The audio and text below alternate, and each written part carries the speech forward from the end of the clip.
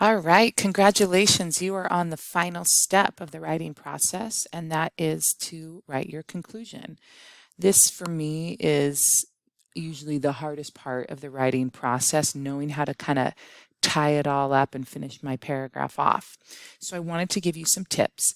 Your conclusion is going to be 1 or 2 sentences long. And I give you some different kinds of sentences that you can use. So, my advice to you would be to first go back, read through your entire paragraph from beginning to end, and then that will help you start to maybe see what naturally might sound good coming next. So I would suggest doing that and then thinking about which of these 3 kinds of conclusions you'd like to use to sum up your paragraph. So the first kind, the most common, is just do a summary statement to summarize your paragraph. For this, you're restating your topic sentence, but in different words. The topic sentence told what you were going to write about. You told them, and now you're telling them what you wrote about. A second kind of conclusion would be to give your opinion or thoughts related to the topic. Something like, I think, or I imagine, or I could imagine blank related to the topic.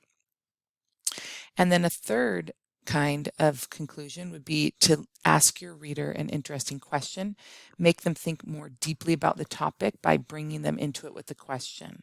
One other great ending would be to do number 1 and number 2, or number 1 and number 3, to summarize what you wrote in a sentence, and then to give an opinion or ask an interesting question to your reader. So think about what you might want to use. You're going to go back to your paragraph that you wrote, have this right next to you, and do your best to add on a sentence that summarizes what you wrote in your article and kind of closes things off. All right, good luck. When you're done, you'll get to move on to the next stage, which is to create your slideshow.